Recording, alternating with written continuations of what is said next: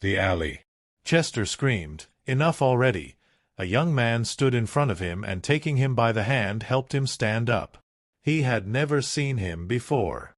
He was about his own age. He had short, black hair, of athletic build, dressed in what looked like a blue military uniform, plain, not camouflage, and on his feet he wore dark boots, reinforced with black metal toe caps. He said, "Chester, you have to come with me." Chester stood up and carelessly followed him into an alley, wondering how a stranger could possibly have known his name. He immediately thought of a bailiff. The man appeared calm, tranquil. He had a clear and self-assured voice, and perhaps he was a soldier. He put a hand on Chester's shoulder with the warmth and affection of an old friend. He spoke directly and told him not to think him crazy, but to believe what he was about to say. He had come from far away and for very important reasons had to retrieve an electronic key from his father-in-law. He kept it hidden inside the safe in his office, and the man provided Chester with all the information he needed to open the safe with the correct combination and how to leave without being seen, as long as he followed each and every instruction to the letter. Chester could remember that electronic device. He had found it in an old underground bunker, used decades earlier by a team of scientists who designed and tested military vehicles with an outer shell which they claimed to prove invisible to the human eye. He had accompanied his father-in-law himself on his first visit, wondering why on earth he would need such a place, mostly dismantled, far from inhabited areas and full of humidity. His father-in-law had paid a lot of money to a number of influential people in order to obtain possession of that subterranean building, yet instead of complaining of the expense, he actually seemed proud of his poor investment. The young man said that once the key was obtained, he would have been in touch. As he spoke, he glanced around circumspect, as if in fear of being seen or heard by someone else. He took an object from his pocket and severely, almost as an order, he said, "Always keep your arm turned to the ground." The object was a wide, flat iron cuff, with plated steel chain that connected the cuff to a chunky ring, which the man slipped onto Chester's hand, swiftly securing the cuff to his wrist. Chester posed no opposition, still dizzy and unwell, frankly considering that such an object might well be sold for enough to money to keep him fed for a week. The man checked twice that the mysterious object had been secured properly. Then without another word he walked away and vanished around the corner of the building. Chester had no idea what was going on. He sat on the ground and massaged his ankle, still in a lot of pain and swollen, but there was no time to find some ice to ease the swelling. He was still confused at the thought of that man who gave away bracelets. Before falling to the ground, he remembered passing by a jewelry shop. He remembered it clearly because it was guarded by an armed security guard. He could have sold the cuff right away then, but try as he might, he could not find the button to unclasp it. The ring was also stuck, as the chain between the two was too short. Fed up, he gave up and got onto his feet, adjusted his clothes and shook the dust off his trousers. He had sat right on the dirt. He felt demoralized, beaten. He walked back to his flat, as he needed time to think. He walked slowly up the stairs, almost against his will, and was frozen to find his front door half open. He was certain that he had shut and locked it.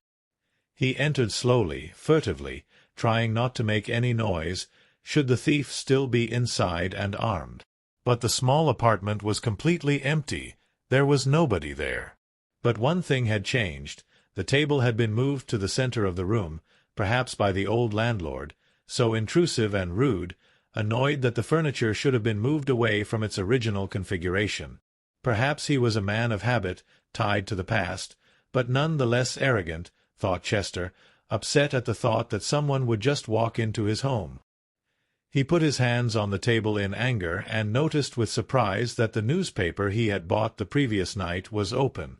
Perhaps the old bugger had also taken advantage of the opportunity to read the news for free. He thought that whoever had entered into his flat, after realizing that the most valuable thing there were the chocolate bars, bored and frustrated, must have sat to read the paper. But he noticed something curious about the pages on which it was open. Looking closer, he read the titles, "Manager Arrested for Theft Gives Absurd Explanation as Alibi." In the middle of the page was a photo of his office colleague. Stunned, his eyes stuck on the page, he grabbed a chair to sit on. That man had his desk right opposite his own. He had been arrested for trying to steal documents from the office of the company's president. He had been caught in the act by a guard and dragged to the police, where he tried to clear himself by claiming that he had been following orders from a military agent who had kept his identity hidden for security reasons. Reading on, Chester was left gobsmacked, as the description coincided with the man who had just helped him. He raised his sleeve to touch the cuff he had given him, to confirm that he had not imagined it all. But what struck and worried him most was the short article at the bottom of the page: Chester T., suspect and wanted for fraud and bankruptcy. He could not believe it. He was in real trouble. His life had been ruined forever. Surely he would never be employed again, if not as a laborer in the docks, perhaps, unless he proved he had nothing to do with it, that he was innocent. He finally understood why Ariel had been so worried about him. "Chester, don't you think you've told me enough for one day? Shall we carry on tomorrow?" "Hey!" Argo yawned, glad that his patient was opening up to him like a ripe pomegranate. It was getting late, and he had to take Aura to the charity ball. "No, I want to tell you everything, so that you may see that I am neither a terrorist nor a criminal and fill in the papers required to get me out of here." Argo agreed with a huff and sent his daughter a text message to inform her that he would be late. He added that she had been right, that Chester was a tough one. Chester gathered his breath and carried on. At the police station, after having entered and blended into the crowd, something behind him blocked the sunlight shining through the glass door. His first thought was of a cloud and that the weather was getting worse, like the previous night, but he changed his mind as soon as he heard a deep breath above his head. "Are you turning yourself in?" asked a dark and strangely familiar voice. Chester turned around slowly, stretching a wide and false smile across his face by way of greeting, having understood who it was. With an even wider grin, the huge officer who had dragged him by his hair the previous evening greeted him back. "I'm here to speak to Mario A.," said Chester, handing him his documents of identification. "I don't need to see your ID. I know who you are. You should be grateful an official warrant has not yet been released for your immediate arrest, you filthy rat." The officer grabbed him by one of his arms and dragged him for a few meters up to a door, which he opened by sticking his head through. He asked something to someone in that room, then carried on dragging Chester to the end of the corridor. Chester prepared himself to receive a series of hard slaps, but he heard noise. Chairs and certainly a heavy table were being moved around inside the room in front of them. The door was opened and he was asked to enter. Seating behind a large iron desk was his ex-colleague. They were both happy to see each other again. They shook hands, causing the handcuffs on Mario's wrists to click. The door was shut again, as the giant left the room, and the two friends shared a sigh of relief. "Why are you here? And why are you wearing handcuffs? I know you. You are a decent guy. Who is setting us up? Can you tell me?" With tears in his eyes, Mario spilled the beans, confiding in his friend, well aware that his life and reputation had been tinted forever. He said that he had been responsible for signing Chester's dismissal, ordered by the president, after the daughter had run into his office in tears. He said that that very same evening a man had come to his home, saying he had come from the future and that he needed his help to steal some important documents locked within an electronic key. They were secret military codes to gain access into the software of a satellite that the Army would have used to communicate with an alien race.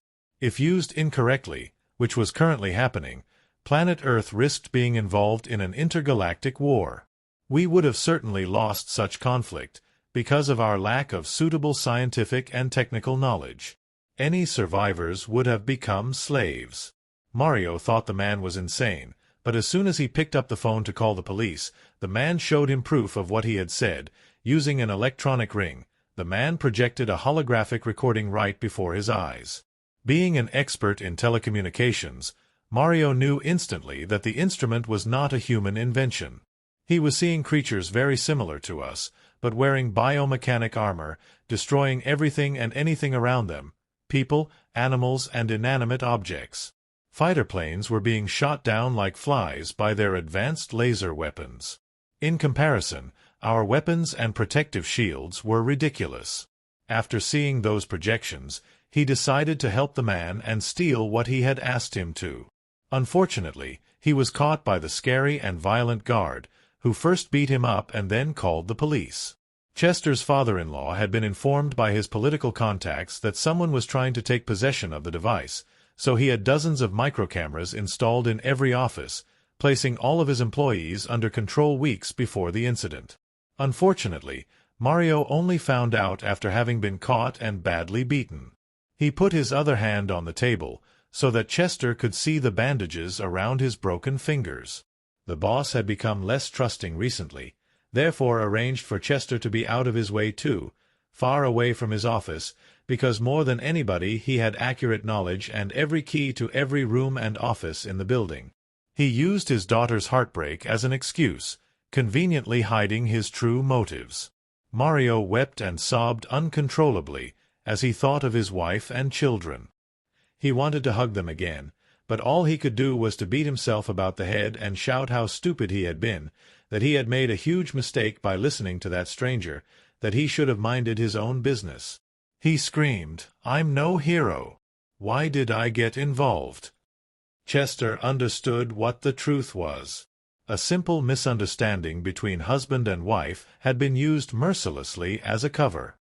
He had always known his father-in-law to be capable of selling his own mother for a bunch of coins, but to go as far as to destroy his daughter's life and to put her husband's life in danger had been too much. He had never expected him to be capable of such an extreme and violent act as to shoot him. The door opened suddenly, slamming against the wall. Some police officers entered, and the angriest-looking one had some papers in his hands. He threw them on the table, saying, "Here are your declarations. Sign them." They had heard everything. The room which, beyond the table and chairs, had seemed empty, was bugged with hidden cameras and microphones. They had typed everything on a computer and printed it all out. All the two men had shared in confidentiality. Discouraged and emotionally broken, the two took their time deciding whether to sign or not. "Sign and you are both free to go," said he who, judging by his gray hair, was probably the most senior of the officers. At that, Mario immediately asked for a pen. He so wished to go home to his family. Chester no longer had a family, but he also had nothing left to lose. His wife had enjoyed spitting at his face, his mother-in-law had tried to stab him in the gut, and his father-in-law had tried to stuff him like a turkey. He grabbed the pen from Mario's hand and signed. They were escorted up to the exit, asking Mario to stay a little longer, in order to sign a few more papers to release his belongings in a transparent bag. They told him with sternly, "You can go, but do not leave town. It's for your own good." Mario ran outside, hopping from the joy of freedom like a little boy who had been given some sweets. Chester watched him leave like that and was happy for him. But his turn did not come. "You come with us." Chester understood why. He knew the codes of the safe rooms, and, should have the codes been changed, he knew who was in charge of replacing them. He was ready and eagerly awaited the team of armed agents in disguise who would back him up, like he had seen in films. He began to worry when he realized that no backup was coming other than the giant in uniform. They left the building, and Chester was even more disappointed, as instead of a cool, fully armed security car, in the car park was parked an old 4x4. It looked old enough for the tip, scratched and roughed up in many places. He wanted to scream in their ears that they had no idea whose feet they were about to tread on, but he thought best to keep quiet and get into the car with his head hanging like that of a beaten dog, expecting the worst. "Ahi!" As the huge agent tried to fit in the driving seat, he pushed his chair back as far as possible, crashing Chester's legs like a sandwich in a toaster. But at least he felt safe with that giant and his bald head full of scars, so he tried not to inconvenience him and suffered in silence. They sped into the courtyard, just about missing the level bar as it came down to block the entrance to other cars, and right up to the bottom of the steps that led to the large glass doors. The huge security guard descended with the worst intentions, taking his gun out of its holster. Chester was so frightened that he literally wet himself as he curled up behind the car door, so as not to be visible through the window, while the agent exited the vehicle, causing it to raise by about 3 inches. The major stayed in the car and laughed, to Chester's bemusement, as he had led them into such a distressful situation. The only explanation was that he totally trusted his best man. The two titans stood face to face, the agent apparently not bothered that the other man was holding a gun. It was inevitable. One of the two would end up on the floor, probably lifeless, stone-cold dead. Chester squeezed the seat in front of him, his fingernails nearly stubbing through the old upholstery, as he expected the outbreak of bullets. But instead, as he raised his head from his refuge, he was amazed to see the two were embracing. Together like that, those two looked like a mountain, and the silvery gun reflected the snow on its side. "Brothers! How else could it be?" said the major, laughing.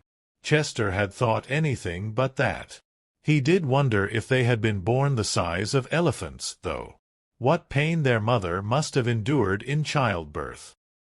His immediate thoughts were then drawn to the financial situation of such a family, or rather how much money must have been spent on steaks to feed those two. Argo tapped his fingers on the table. It was getting very late, the sun was setting, and he also needed to use the toilet. He gave Chester an ultimatum. "You have 10 minutes to get to the end of your story. After that point, I'll have you dragged away, okay?"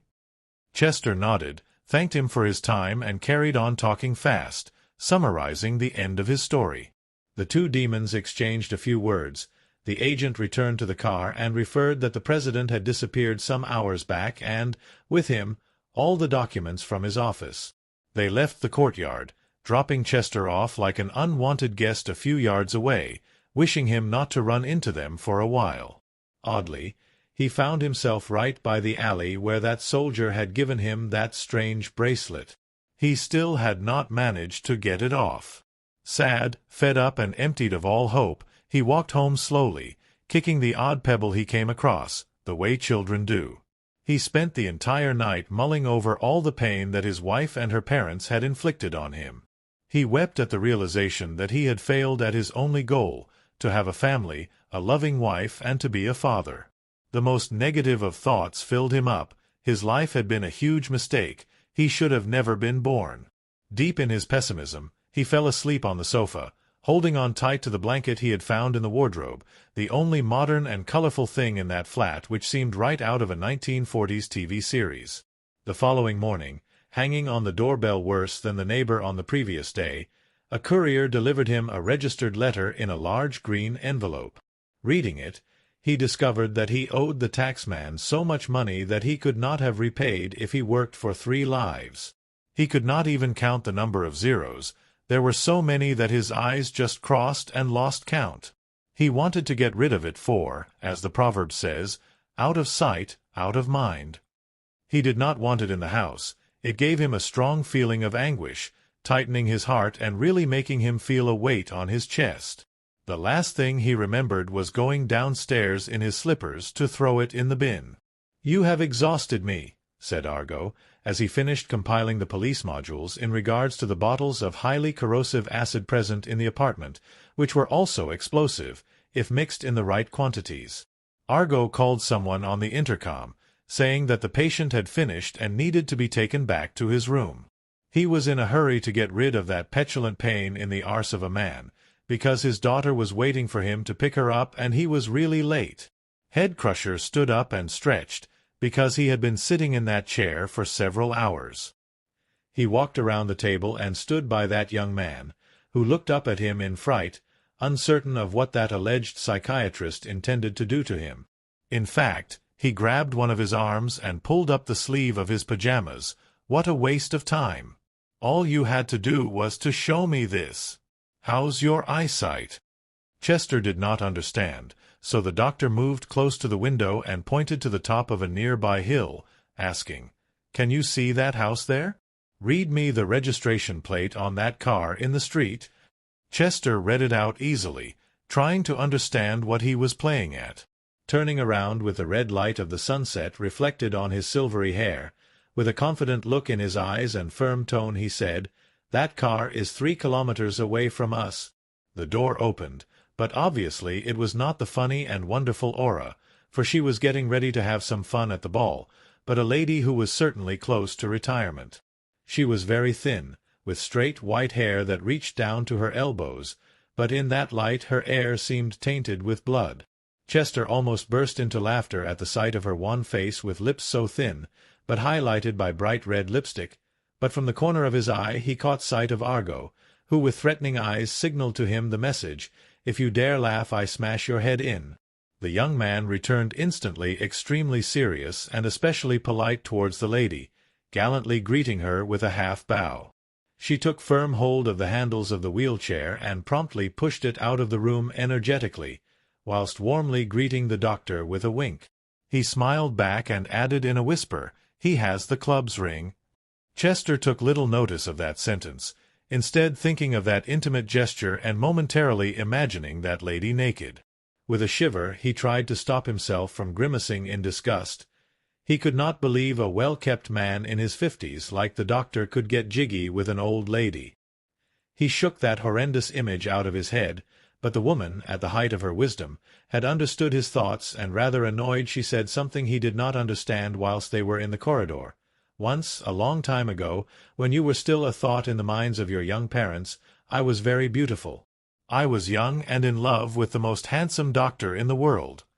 Chester did not understand what the old mummy in lipstick meant, but he understood very well what she then said inside the lift. "Young man, I have to change your dressings. Would you like a leather belt to bite on while I pull off the plasters?" Chester became very pale.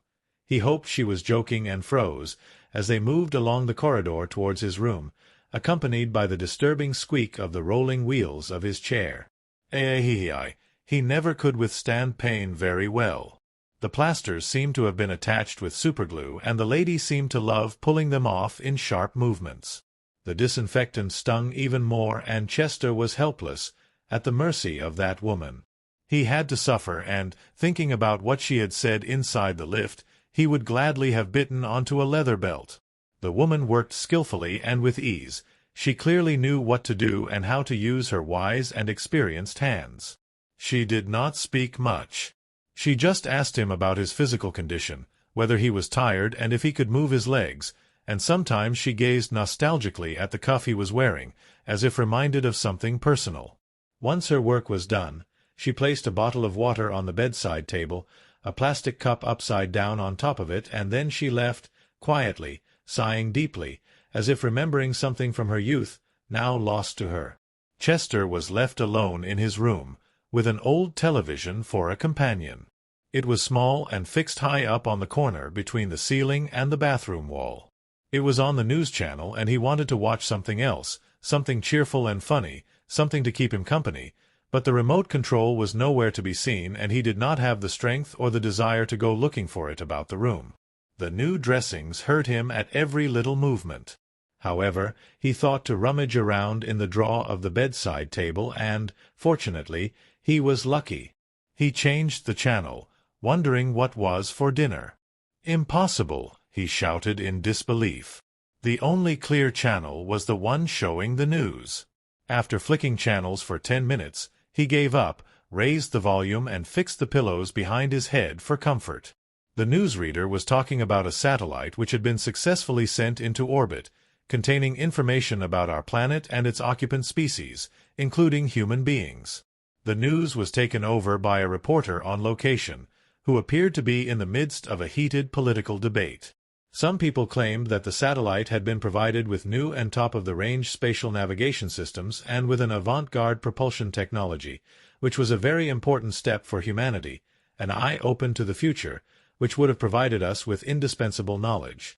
Other people supported an opposite view, that it would all be the cause of our extinction. They claimed that sending an object so far into space, containing all information about our civilization and details of all chemical and mathematical elements upon which our race is based, was a mistake. If such an object had ended up in the hands of an intelligent and hostile race, they would have had all the time required to understand how to annihilate us and prepare for such a task, in order to take over our world, which is almost unique in the nearby galaxies for its climate and actual water at its liquid state. A man, who seemed an expert, claimed that it was unwise to go knocking on the door of a stranger, leave them the remote control to our pacemaker, and then leave, without any knowledge of who will be opening such an important gift of information that should be kept secret. That was not the correct way to search for life on other planets. Chester listened in amazement. He had always been curious about UFOs and extraterrestrial life. He had often asked himself, when he looked at the night sky, if there were other forms of life up there. Slam!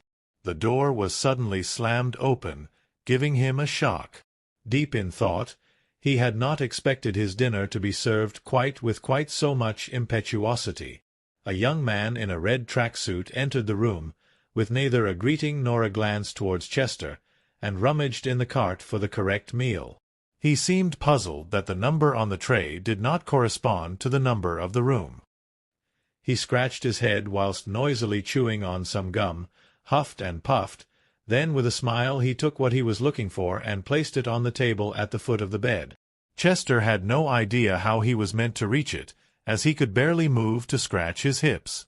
"Excuse me, would you mind putting it on the bedside table, please?" he said. The young man seemed to understand the problem, but instead took another tray from the bottom of the cart, one with a lid of a different color, placed on top of the first tray, and then left in a hurry, whistling. "Now what do I do?" Chester exclaimed loudly. He could not reach the end of the bed, and he was entirely famished. He felt reassured by a noise of footsteps in the corridor, perhaps belonging to the boy on his way back, or even better, to Aura coming to kiss him good night. But the closer those steps got, the less likely either of those options became. They sounded a lot more like heavy mountain boots, probably belonging to one of the security guards who might have been on the way to the coffee dispenser at the bottom of the corridor. But he was not sure. The steps stopped outside his door, and he began to worry. Why would a security guard come to his room, and, most of all, why was he standing outside, in silence? A few droplets of sweat ran down his face. The worst-case scenario came to his mind. Perhaps it was a bailiff who wanted to question him, in spite of his recent operation. Perhaps he intended to arrest him immediately. The drops of sweat fell onto the remote control he still had in his hand. He moved his thumb to push them away, but unintentionally pressed a button. To his disbelief, channels were now clearly connected. He pressed the button 3 times and reached the music channel, waiting for the man behind him to make his decision. Time seemed to stretch, but at last the door opened. It was the man in the alley. The man checked behind himself, then closed the door quietly. He crossed the room as if it had been empty, without a glance at the man on the bed. The noise of those heavy boots inspired fear, dread even. Standing by the window, the man looked down to the entrance.